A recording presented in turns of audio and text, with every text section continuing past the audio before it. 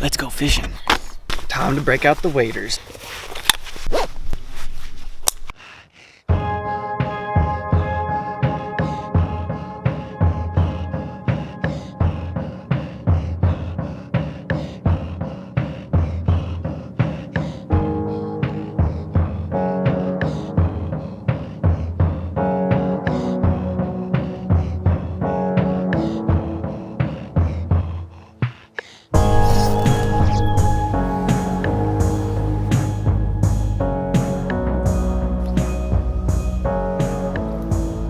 Alright, today, since we're on a little tiny stream or a thin part of 9 Mile Creek, I'm gonna test out my new Sage Dart.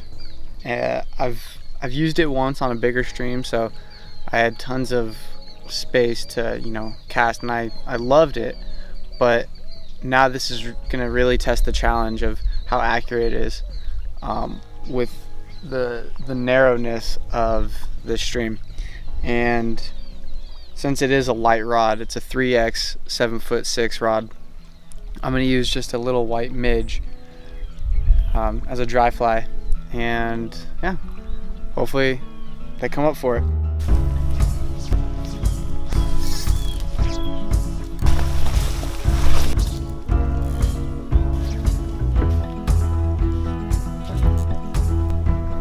Well, with all these tall cattails here, creates for a very snaggy environment. There's just too much foliage around for me to really get a good cast and lay for my fly. So let's try going up.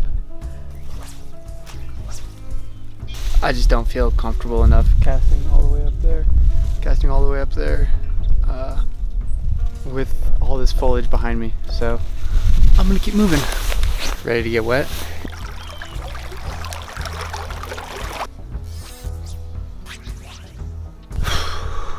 Well, so far this is some of the most difficult waters I've ever tried to fish. There's just so much grass around that it's unavoidable to get snagged in. So I'm having a moment, needless to say.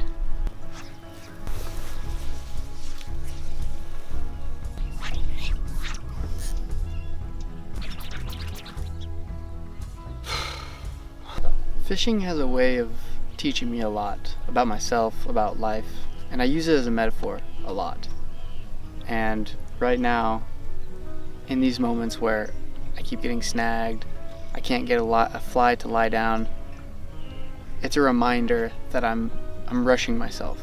And so in this reminder, what I've learned to do is just take in a deep breath, relax, and try it again. It's as simple as that. And yeah, it's helped me with a lot of things in life. So I'm gonna try that technique today, right now.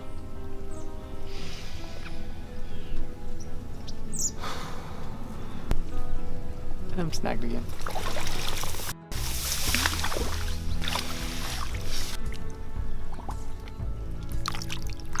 All that hard work paid off. Yeah, really was just being patient, slowing myself down.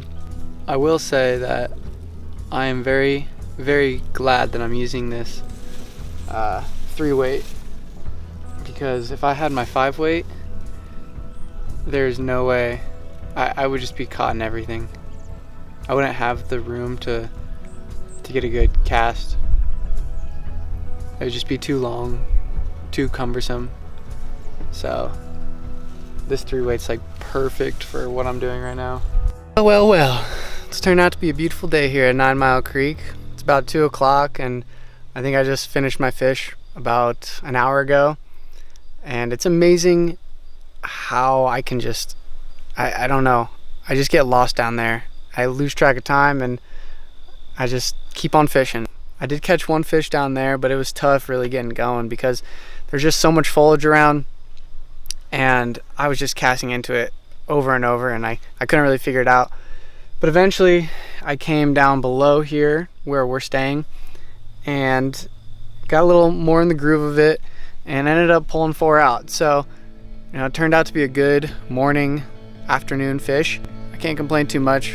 I got, you know, caught fish and got my line wet, so life is good. Life is good.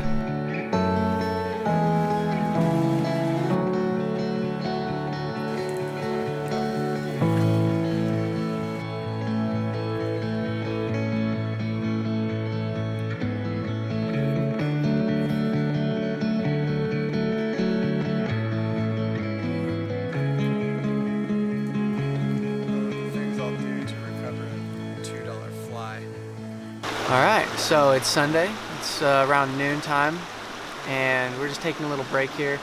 We are on the 9 Mile River, and we're in more of the middle stretch below the WMA, and we parked right by a bridge and just walked right in.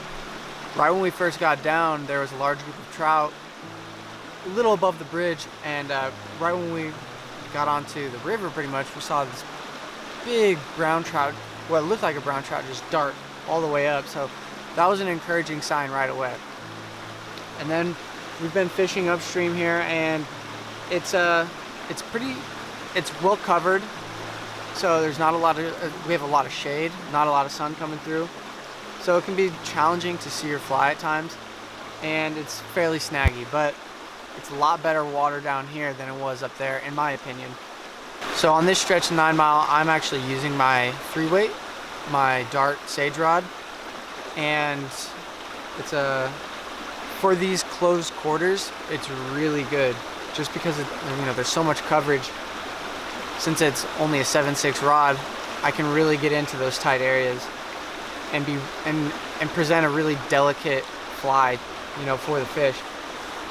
So yeah, anything more than this is still going to be a little too challenging on this stretch of 9 Mile here. Now when we go down a little bit, or more in the open areas, then I might switch to my 5-weight. But yeah, right now this Dart Sage Rod it's pretty killer. I can hit any spot that I want, and I can even false cast in some of these areas just because it stays so tight to the pole. And then with that, I'm using a couple dry flies. I've been changing out through different dry flies. My orange stimulator got hit pretty hard, and so now I'm actually using a yellow stimulator, and with a little drop fly. I did catch one on the drop, and then the rest have been coming for the top fly. But yeah, I think we're gonna go upstream a little bit. There's a little sun, so I might be able to see my fly a little bit better and have a good presentation for a dry fly. And then we'll probably go get some food.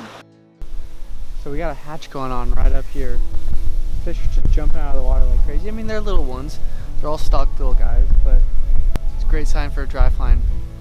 So right now we're on the section right below the canal where it has a horseshoe shape on 9 Mile, and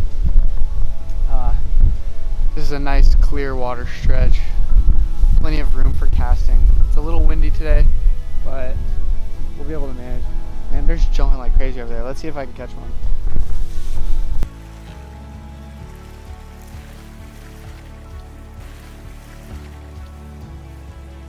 Like, gingerly came up and grabbed it, and I went in for a hard hook. It's unfortunate I lost my fly, but it's such a cool way to see a fish. Just like, I'm gonna take this, and then just kind of go about their business for the next fly. Damn. This is good. This is fun fishing. I don't care what you say. This is the best way to fish right here.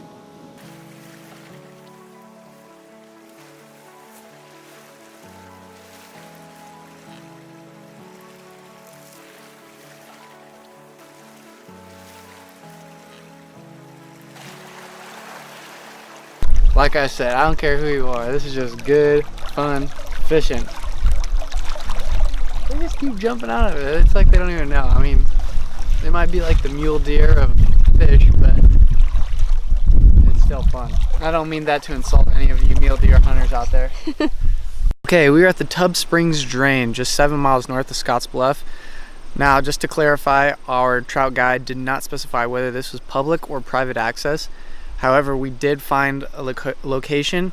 It actually drains into an irrigation canal, and you can take that irrigation canal road right back to this spot. So we will show that in the blog and specify, but again, I want to clarify that we're not sure if this is public or private. If someone comes by and says, hey, what are you doing here? You're not supposed to be down here. Well, we will honor that, but we did not see any no trespassing signs, nor did we see any public access signs. So at this point, we're kind of going to roll with it. It's a very thin river or stream, just like the upper portion of 9 Mile. So it'll be, very, very delicate fishing, but we're gonna go fish.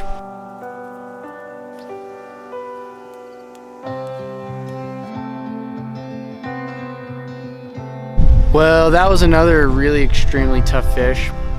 Since it's so narrow down there, it's just another one of those really delicate fishes where, for this case, you pretty much have to wade through it, since it's like a mini irrigation canal with really steep banks.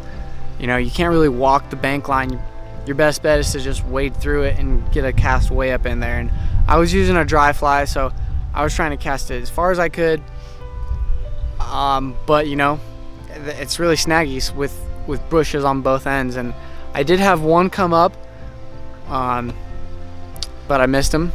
And yeah, it's just since you're wading through, you're really gonna spook the fish just walking upstream like that. I was just trying to get a deep cast up there and take my chances, but I kept seeing fish just scurry off. So it was worth it. It was worth the shot, but just really tough fishing. There is a little damming area right over here with a few fish in there, but with high winds, it's hard to get a good line. So yeah, it was fun, but it's a really tough fishing area. So if you want to try it, go ahead.